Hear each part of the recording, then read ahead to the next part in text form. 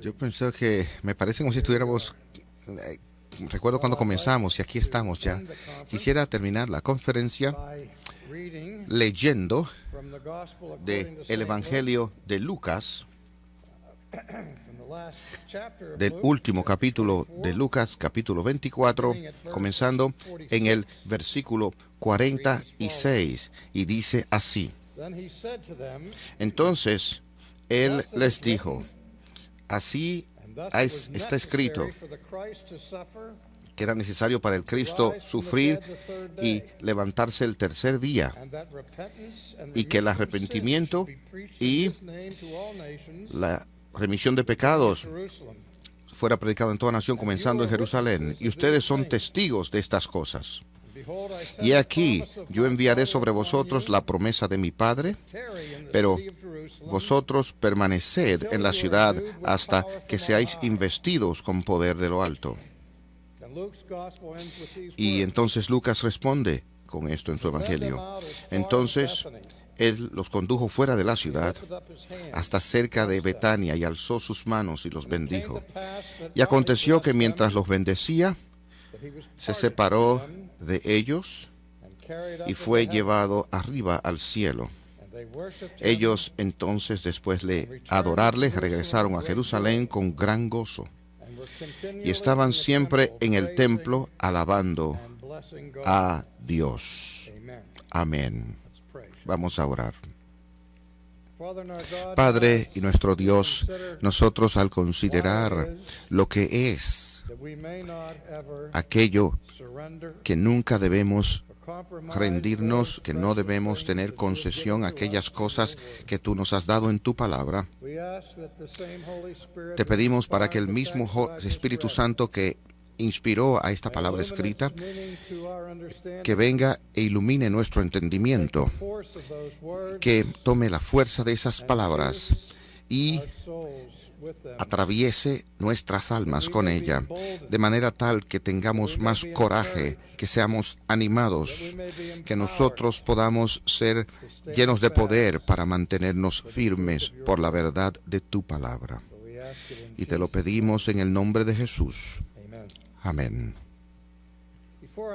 Antes de yo llegar a este texto específicamente, me gustaría tomar algunos momentos para referir algunos asuntos históricos que ocurrieron en el periodo temprano de la Iglesia, específicamente uno de los momentos más importantes en la Iglesia que ocurrió en Asia Menor, en Esmirna, en el año 156 antes de Cristo o después de Cristo.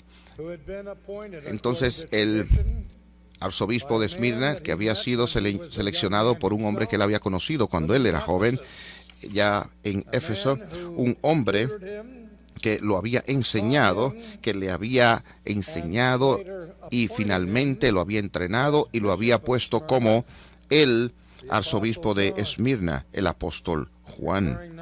Y ahora me estoy refiriendo a ese discípulo de Juan, discípulo de Jesús, que fue el arzobispo de Esmirna, el venerable Policarpo.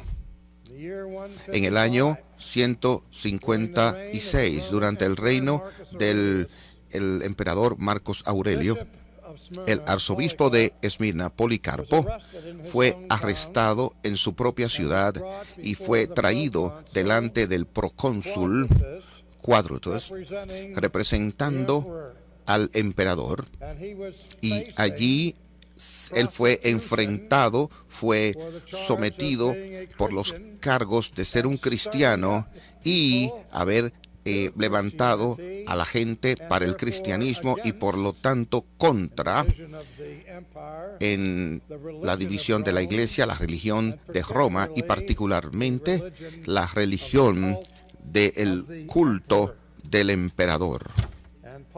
Y Policarpo esperó pacientemente en su hogar de su arresto pendiente, sabiendo que iba a ocurrir pronto, y él tuvo una visión de sí mismo en llamas.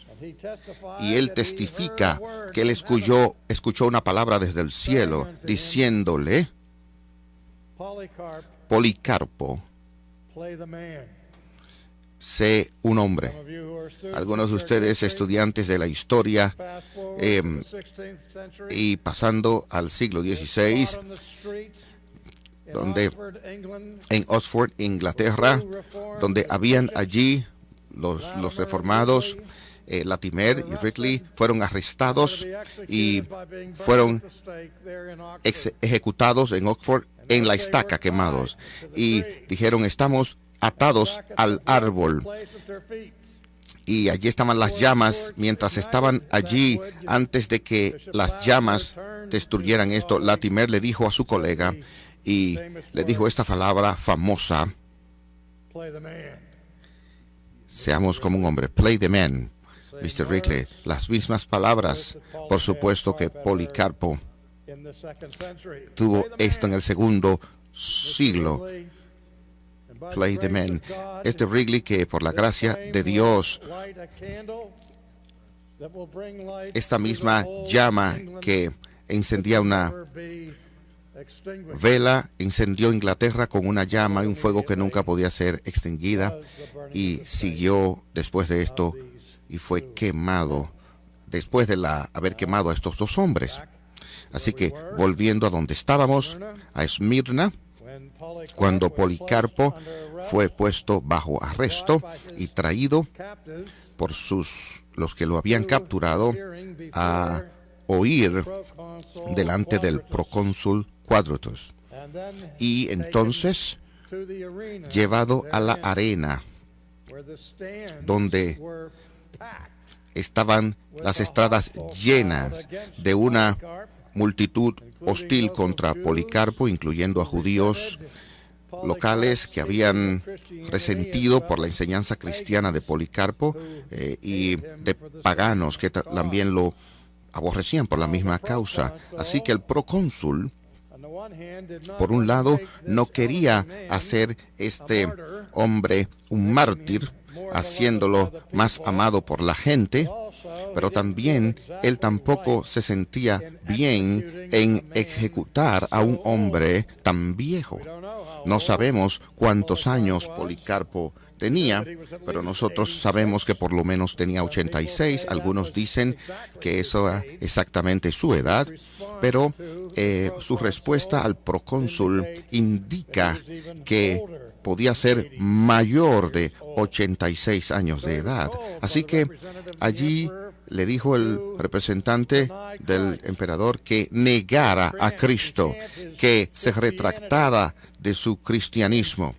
Y Policarpo, con mucho cuidado, rechazó cortésmente, y en ese punto Quadratus dijo: usted no entiende. Yo tengo aquí bestias salvajes que puedo dar para que se lo coman si usted no cambia.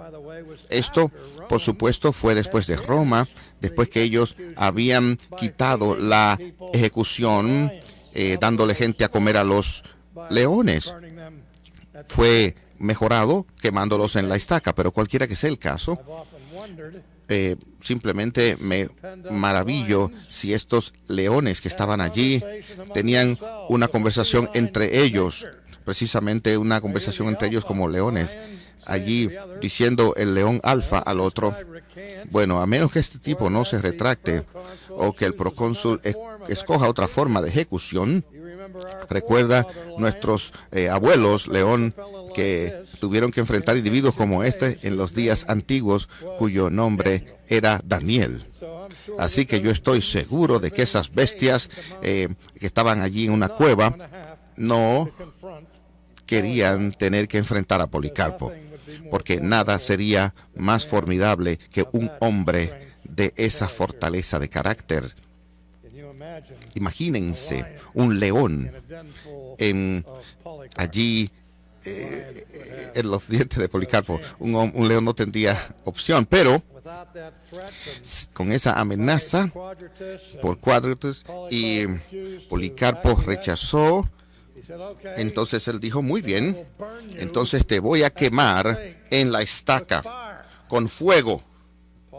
Y Policarpo respondió diciendo, que sea como sea,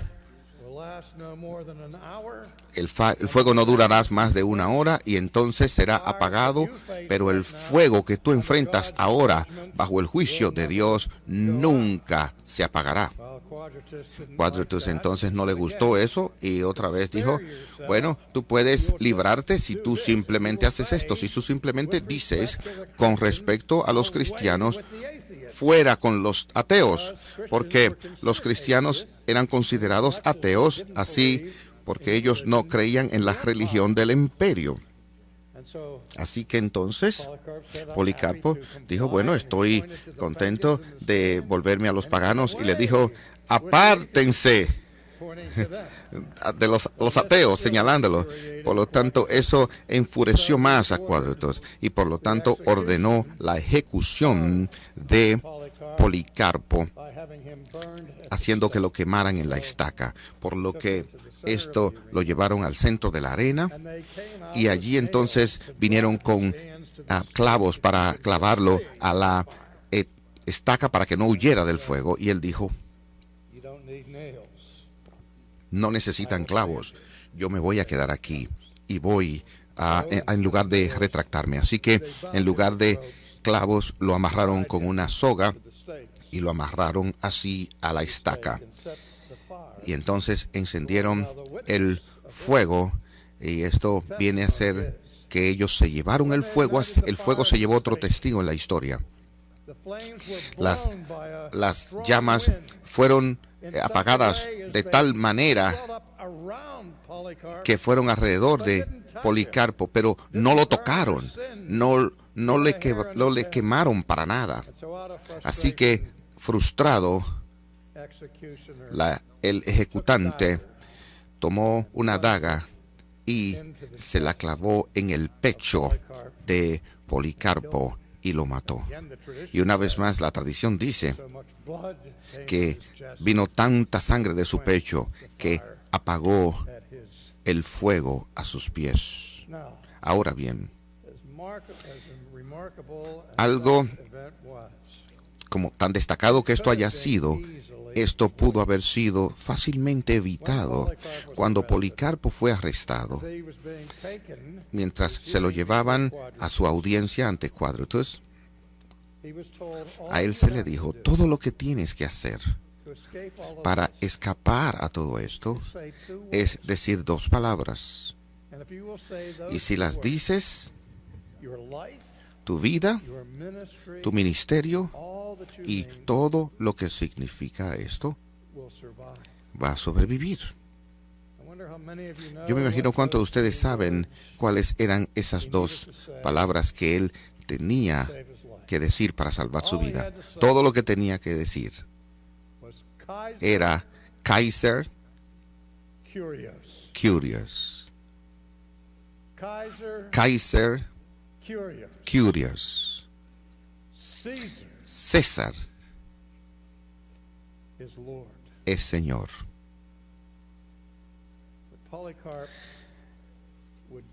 Pero Policarpo fue hasta la muerte, sería ahogado hasta la muerte, antes de decir esas palabras.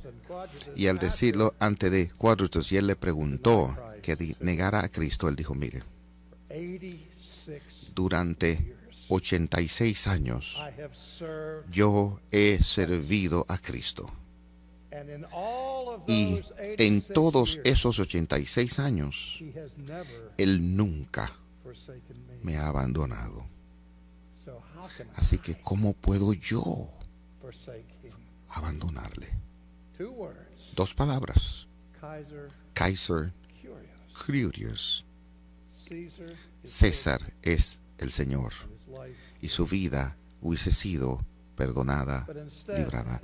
Pero en lugar de esto, él se mantuvo apegado al viejo credo del cristianismo. Antes de que se escribiera el código o el credo apostólico, antes de las confesiones belgas y cualquier otro credo jamás se haya escrito, antes de Nicea, el credo más temprano del cristianismo hallado en el Nuevo Testamento.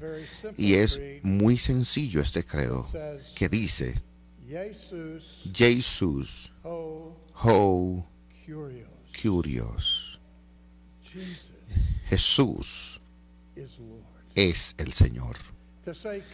Decir Kaiser Kyrios es repudiar el primer credo cristiano, Jesus o Kyrios. Jesús es el Señor. Y así que el asunto en ese día, en 156 después de la muerte de Cristo, era el asunto de quién es el Señor, quién es el Rey. Pablo dijo en 1 Corintios que nadie bajo la dirección del Espíritu Santo puede negar o decir que Jesús es una maldición. Y él sigue diciendo, nadie puede decir que Jesús es el Señor a menos que no sea por el Espíritu. Un comentario sobre esto un momento. Nadie puede decir Jesús es el Señor excepto por el Espíritu Santo. De vez en cuando los escritores de la Escritura usaron la ayuda, elipsis, donde una palabra o una idea es omitida de decirse explícitamente, pero es tácitamente entendida. Y yo creo que esta declaración del apóstol Pablo fue elíptica cuando dijo, nadie puede decir que Jesús es el Señor si no es por el Espíritu Santo. Y lo que queda es que nadie puede decir que Jesús es el Señor y decirlo de verdad si no es por el Espíritu Santo, porque el Señor mismo, muchas personas van a decir que van a hacer una profesión pública y decir Jesús es el Señor, pero en el último día va a decir Señor, Señor, no hicimos esto en tu nombre, hicimos aquello en tu nombre. Y Jesús dice, yo les diré, apartaos de mí, nunca os conocí, hacedores de maldad. Así que Jesús dijo a estas personas, honestamente, con el corazón, dicen esto con sus labios, pero su corazón está lejos de mí. Nadie pudiera decir que Jesús es el Señor. No es esto, a menos que no sea por el Espíritu Santo. Así que eso sería épico cuando Pablo dice en el contexto que nadie puede decir de verdad a menos que el Espíritu Santo está en esa persona. Hubo un tiempo, por supuesto, en la historia de la iglesia donde pudiera ser más literal sin lo elíptico. Es decir, hubo un tiempo, incluso decir públicamente era suficiente para ser asesinado. Y en ese tiempo, cuando Roma requirió que, según el llamado del emperador Kaiser Kyrios, uno tenía que ser un verdadero creyente y no decir, para poder decir Jesús o Kyrios. Una vez más, antes de llegar al texto, permítame explicarles por un momento qué quiere decir esa declaración Jesús o Kyrios. Jesús es el Señor. Esa palabra Kyrios que encontramos en el Nuevo Testamento es traducida en el inglés al español Señor. Tiene muchos significados. De hecho, hay 3 significados básicos de esa palabra Señor que hallamos en las Escrituras. Está el significado genérico de esta, donde el término Señor simplemente significa Señor. A veces se encuentra personas que vienen a Jesús y no saben nada de él y dicen, Señor, nosotros hemos oído de ti. Y usted se rasca la cabeza y dice, ¿cómo saben quién es? Bueno, pues probablemente contextualmente lo que están diciendo es simplemente un nombre Señor de cortesía. En su propia lengua puede tener un sencillo significado o general. La gente me llama Señor todo el tiempo, pero nunca he sido nombrado por la reina de Inglaterra, de manera que el nombre Sir Archie Sproul, como hacen en inglés. Así que hay un sentido común. El segundo significado en el Nuevo Testamento, Señor o Kurios, es el término que fue usado para describir a alguien que tiene un esclavo. Por ejemplo, el esclavo, Pablo habla identificándose a sí mismo como un esclavo de Jesucristo, el doulos de Jesucristo. Pudiera ser un doulos, no puede haber un doulos a menos que no hubiera un kurios que fuera su dueño. Así que Cristo es llamado el kurios en el sentido de que Él nos ha rescatado de la esclavitud al pecado y Satanás, y ahora por su sangre nos ha comprado y somos sus siervos. Así que en ese sentido, Cristo es nuestro Señor. Usted no es suyo propio, se ha sido comprado con un precio, y ese precio es el precio pagado por Jesús, nuestro Señor. Pero en el Nuevo Testamento hay un tercer significado de ese título, Señor, que es el uso imperial, el uso supremo de esto, y este es el uso del término, que el término y los escritores en griego, incluso en la lengua del Antiguo Testamento, con respecto a Dios, donde Dios es llamado en el Antiguo Testamento Adonai, y esa palabra Adonai en hebreo es traducida en el Nuevo Testamento por la palabra griega kurios. Y en el Antiguo Testamento el término o el título Adonai está reservado para Dios. Y en sus Biblias pueden leer en muchas ocasiones, como lo hicimos en Isaías 6 o en los Salmos, y en el Salmo 110, el Señor le dijo a mi Señor, siéntate a mi diestra. Y esa palabra en inglés o en español repetida de dos maneras en el hebreo, dos distintas palabras, es Yahweh dijo a mi Adonai, o el salmista dice, oh Señor, mi Señor, cuán excelso es tu nombre en toda la tierra, oh Yahweh, nuestro Adonai. El nombre es Yahweh, es Adonai, ese es su nombre o su título supremo. Así que ser traducido significa el Señor soberano. Oh Señor, nuestro soberano. Cuán excelso es tu nombre sobre toda la tierra. En el Nuevo Testamento, los escritores vienen a traducir Adonai con respecto a Jesús.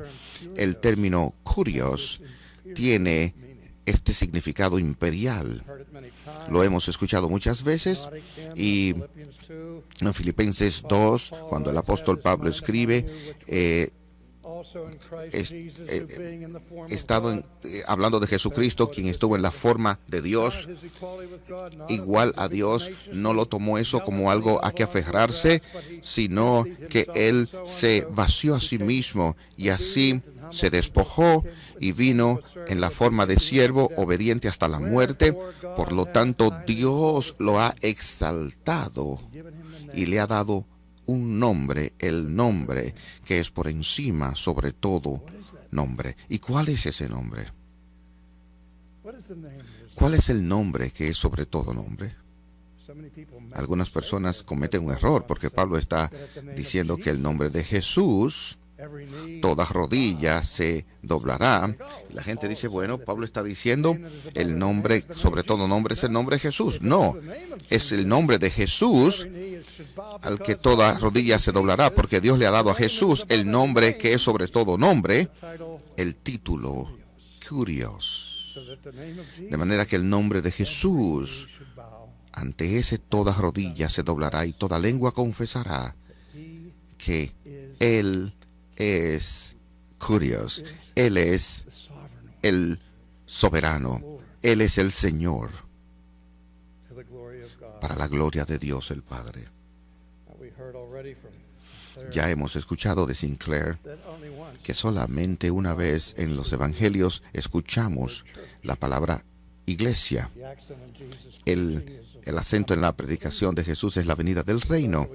Y cuando llegamos a las epístolas, donde tenemos todos estos lenguajes sobre la iglesia. Por lo tanto, yo les digo esta mañana y les pido, ¿dónde viene entonces la palabra iglesia? O la palabra griega que es traducida iglesia, es eclesía, que significa aquellos que han sido llamados aparte. Pero etimológicamente, la palabra en inglés o español iglesia viene de una palabra griega distinta. La misma palabra que se utiliza para darnos la palabra en alemán church o kirk, que tienen la kirk escocés, la kirk alemana, y ven aquí el mismo sonido de la K y la CH en inglés. Y todo vienen de la palabra kurioke. Y la palabra griega kurioke significa aquellos que pertenecen al kurios. Aquel que son poseídos por el kurios, la gente de el Señor. Así que en el mismo corazón del testimonio, en el Nuevo Testamento de la iglesia, tiene que ver con aquellos que pertenecen al Señor. Como Sinclair nos dijo, la razón por la cual en los evangelios, el pueblo de Dios no es llamado iglesia, es porque algo todavía no ha ocurrido. Algo de significado extraordinario, como yo les leí hace unos minutos en el último versículo del Evangelio de Lucas, que nos da esta breve descripción de la ascensión de Jesús a los cielos. Y Lucas, que también escribió el libro de Hechos, escribe y comienza en el libro de Hechos con el mismo reporte de Jesús habiendo ascendido al cielo en esta nube de la gloria. Y los discípulos estaban allí y mirando hacia arriba, siguiendo la ascensión de Jesús en esta nube. Y los ángeles venían diciendo, los hombres de Galilea, ¿por qué todavía están aquí mirando al cielo? Este mismo Jesús que ha sido quitado de vosotros regresará de la misma manera, y así sucesivamente. Pero en este texto al final de Lucas, la razón por la que seleccioné Lucas y no Hechos es por esto. Él entonces les guió Tania y levantó, alzando sus manos, los bendijo. Y aconteció que mientras los bendecía, se separó de ellos y fue llevado al cielo. Ellos, después de adorarle, regresaron a Jerusalén con gran gozo y estaban siempre en el templo alabando a Dios. Estaban allí en doxología, prorrumpieron. Ellos estaban levantando un canto de alabanza. En un funeral hoy, cuando alguien muere, nosotros le pedimos a las personas que den un testimonio. Es una eulogía, decir algo bueno de la persona que ha partido. Pero en el Nuevo Testamento, la eulogía última no es a un muerto, sino esta última es dada a Dios, no porque Dios ha muerto, sino porque Él es supremo y debe ser bendecido, y es más alto que toda criatura. Y lo que decimos de Dios después de la ascensión, los discípulos regresan y ellos están alabando a Dios, bendiciéndole en el Espíritu y gran gozo. Y aquí la pregunta: ¿por qué? La primera vez que Jesús les dijo que Él se iba, ellos fueron llevados al límite del desaliento, fueron llenos de tristeza. Oh Jesús, no hable de irte. Nosotros no podemos soportar el pensamiento de no tenerte junto a nosotros. Por favor, no te vayas, como dijo Sinclair. que cuando Jesús le dijo que él iba a Jerusalén a sufrir y morir, Pedro le reprendió, que así no sea. Y allí la idea de Jesús, su humillación y su partida fue el concepto peor de todos los posibles. Shakespeare habla que la salida es una dulce tristeza. ¿Cómo? Yo puedo recordar en 1942, cuando yo era un niño de 3 años y mis padres estaba listo para salir para Europa, para el teatro europeo, y el día que él estaba saliendo, él tenía que ser recogido por un autobús. Había allí a una cuadra de mi casa, y yo tuve que, lo vi besar a mi madre, a mi hermana. Él me dejó el privilegio inefable de caminar con él agarrado de la mano, mientras él llevaba una funda detrás de él, su bolsa, y yo iba en el otro lado, en la mano, y caminamos juntos a la parada de autobús. Y nunca lo olvido. Las puertas se abrieron, mi papá se volvió, me besó y me dijo: sé un buen soldado. Y se volvió y cogió sus bolsas y subió. Se cerró la puerta y yo me quedé allí como un niño de 3 años. Saludé a papá y el autobús se lo llevó. Y no había ninguna dulzura ahí. Había orgullo, pero yo vi ese autobús irse hasta que yo no lo podía ver. Y aún como un niño de 3 años, yo tenía un sentido de que era un momento de crisis, que yo no podría quizás verlo jamás. Ahora,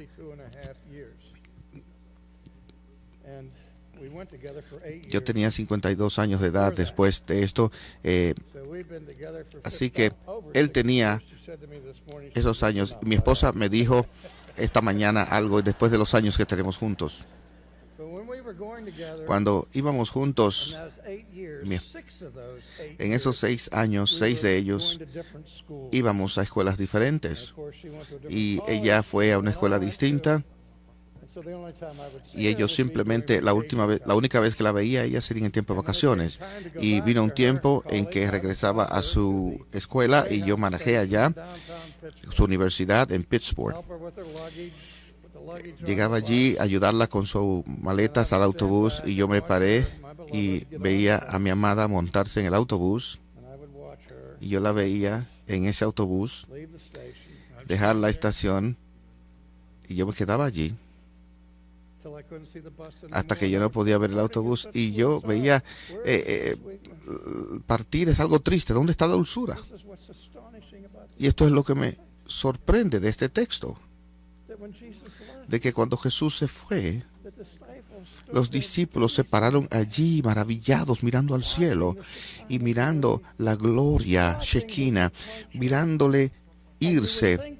Y ustedes pensarían que la próxima línea que Lucas escribiría es que ellos regresaron a Jerusalén llorando, dando gritos, con tristeza.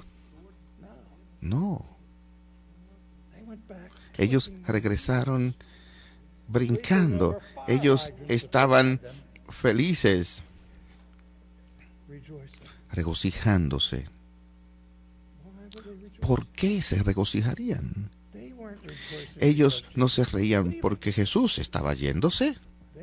Ellos estaban regocijando por donde Él iba. Y ellos entendieron lo que Jesús les había dicho: es mejor para ustedes que si yo me voy, que si yo me quedo. Porque Él no estaba simplemente ascendiendo en el sentido de irse al cielo, porque Él dice: nadie ha ido al cielo sino aquel que ha descendido del cielo. De manera que el término ascensión en el Nuevo Testamento significa mucho más que simplemente subir, y de hecho significa más que subir al cielo. Eso significa a su coronación. yendo a su investidura, yendo a recibir el reino que no es de este mundo, sino que está por encima de este mundo. Pasamos por esto recientemente, donde las personas están preocupadas porque quién estaría en la Casa Blanca, y a lo que finalmente importa no es quién está en la Casa Blanca, sino el que está por encima. Y en ese día Jesucristo ha ascendido a la diestra de Dios, donde Él estaba por la autoridad del Padre Dios, dedicado, coronado como el Rey de Reyes y el Señor de Señores. No puede ser mejor de ahí.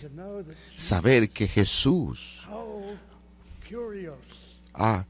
curioso, que Jesús es el Señor, por la autoridad de Dios el Padre, que lo ha elevado a la diestra, gobernando sobre toda creación. Lo que leemos en Lucas y lo que leemos en Hechos sobre este lado de la ascensión, pero leerlo desde la perspectiva del otro lado. Nosotros tenemos que ir al libro de Apocalipsis, donde nosotros leemos en el capítulo 5, Juan en la isla de Patmos está dando esto en las cámaras internas del cielo, la misma presencia del trono de Dios.